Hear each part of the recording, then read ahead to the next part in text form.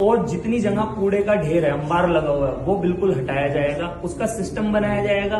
हर चौराहे पे, हर गली के कोने पे डस्टबिन लगाए जाएंगे विद इन 3 मंथ्स।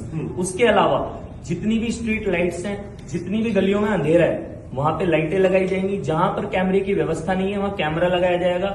और उसके अलावा एस्केलेटर बच्चों के लिए लगाए जाएंगे ताकि ट्रैफिक से निजात मिल सके। और उसके अलावा बच्चों की जो एजुकेशन है, उनकी स्वास्थ्य सेवाएं हैं, उन पे मुख्य रूप से ध्यान दिया जाएगा।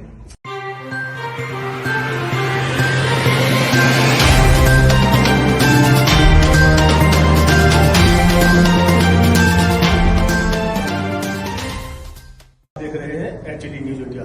इस समय हम तुगलकाबाद विधानसभा में मौजूद हैं, जहां से समता पार्टी के प्रवीण चौहान साहब चुनाव में अपना दावेदारी उम्मीदवारी ठोक रहे हैं।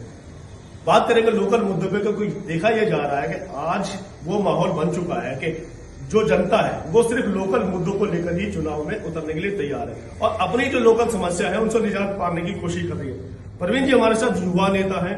आपने देखा होगा कि चेहरे से भी नजर आ रहा है कि लोकल रहने वाले हैं और लोकल जानकारी पूरी रखते हैं। बात करेंगे आखिर लोकल मुद्दे यहाँ है क्या, जिनकी समस्याओं से निजात दिलाने की बात प्रवीण जी कर रहे हैं। सर स्वागत है पहले तो चैनल पर। अब प्रवीण जी, क्या यहाँ पर समस्या है तुगलकाबाद क्षेत्र की, अगर हम बात करें, जिनके ऊपर आप काम करने की कोशिश करेंगे? देखो भाई, तुगलकाबाद विधानसभा में जी 10 साल आम आदमी पार्टी अभी रह चुकी है। उससे पहले 15 साल बीजेपी जी, ठीक है जी। और 25 साल लगभग हो गए। लोग जो वोट अपना करते हैं इसलिए करते हैं कि हमारे क्षेत्र में विकास हो।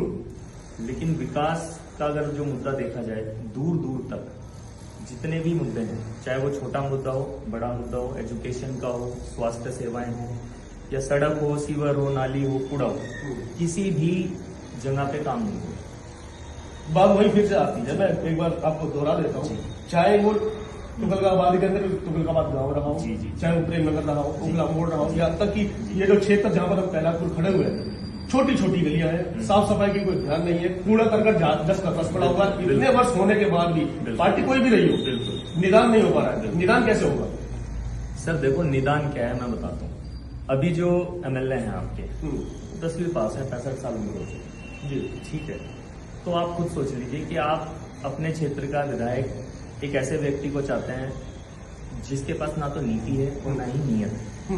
उनका सिर्फ उगाही का काम है, उगाही चल रही है, पब्लिक में वो दिखाई नहीं देते हैं। पिछले 10 साल में 10 बार नहीं दिखाई। फिर भी तो जनता उन्हीं को चलती है।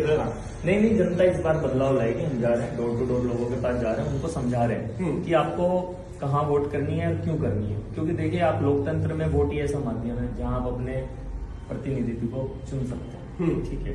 वो जनता पे डिपेंड करता है कि वो एक पढ़ा लिखा युवा चाहते हैं या फिर एक घिसे पिटे पुराने नेता को। जनता सिर्फ ये चाहती है कि उनकी समस्याओं से निदान मिल जाए, परंतु आज तक वो जिनको भी उन्होंने अपने लिए चुना है उन्होंने ही उनको धुना है।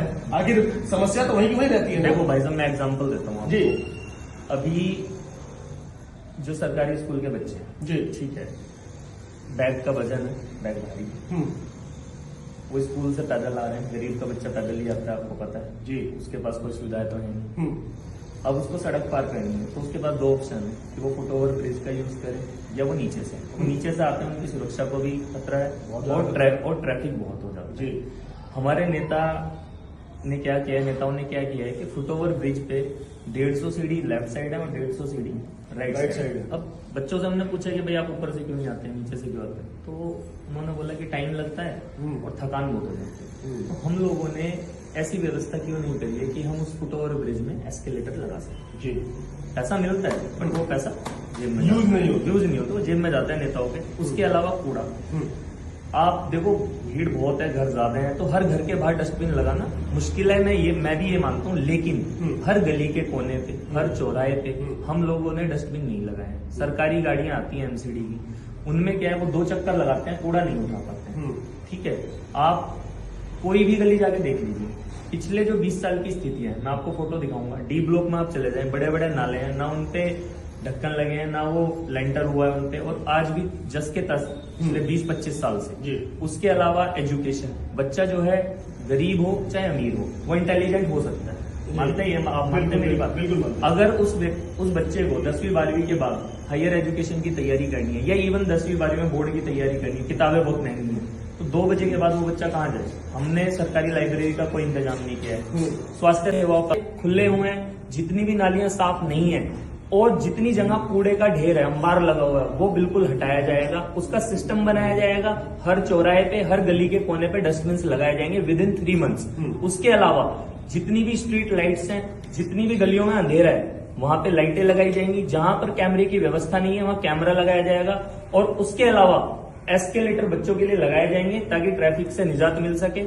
और उसके अलावा बच्चों की जो एजुकेशन है, उनकी स्वास्थ्य सेवाएं हैं, उन पे मुख्य रूप से ध्यान दिया जाएगा। सबसे पहले मुख्यतः जो बेसिक मुद्दे हैं उनको इम्प्रूव किया जाएगा, जो जल्दी हो सकते हैं। और पब्लिक सांस लेना चाहती है। आप मेरे साथ झुग्गी में चलो, या अब वो लोग गरीब हैं लेकिन है तो वो भी इंसान ना। बिल्कुल, सांस तो उनको भी लेना है भाई साहब। रिपोर्ट है कि सबसे ज्यादा बीमारी मलेरिया, डेंगू, चिकनगुनिया, टाइफाइड, जितनी भी ये बीमारियां झुग्गियों में पाई जाती है। और झुग्गी का मतलब ही यही है कि जहां सबसे ज्यादा गंदगी हो उसको झुग्गी कहते हैं। तो क्या उनको जीने का अधिकार है या नहीं है, आप बताएं।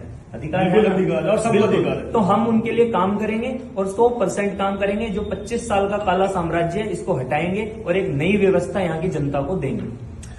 तो आप सुन रहे थे परवीन जी को, और परवीन चौहान साहब ने सीधे सीधे कह दिया है कि जो लोकल मुद्दे हैं जिनसे जनता निजात पाना चाहती है, कोशिश ये रहेगी पहले ही 3 महीने में उनको सुधार किया जाए। और अगर थोड़ा समय भी लगता है, एक मौका अवश्य देना चाहिए ताकि लोकल व्यक्ति ही लोकल मुद्दों की समस्या समझता है और उनका निदान भी कर सकता है। पार्टियां आपने लगातार देख ली हैं, समझ ली हैं, चुन ली हैं, और जो लोक लुभावने वादे किए जाते हैं, चाहे वो 1000 रुपए बांटने की बात करें, चाहे वो 2100 रुपए बांटने की बात करें, जो वो वोट बांट रहा है, इसका मतलब वो आपको खरीद रहा है, आपको गुलाम बनाने की कोशिश कर रहा है।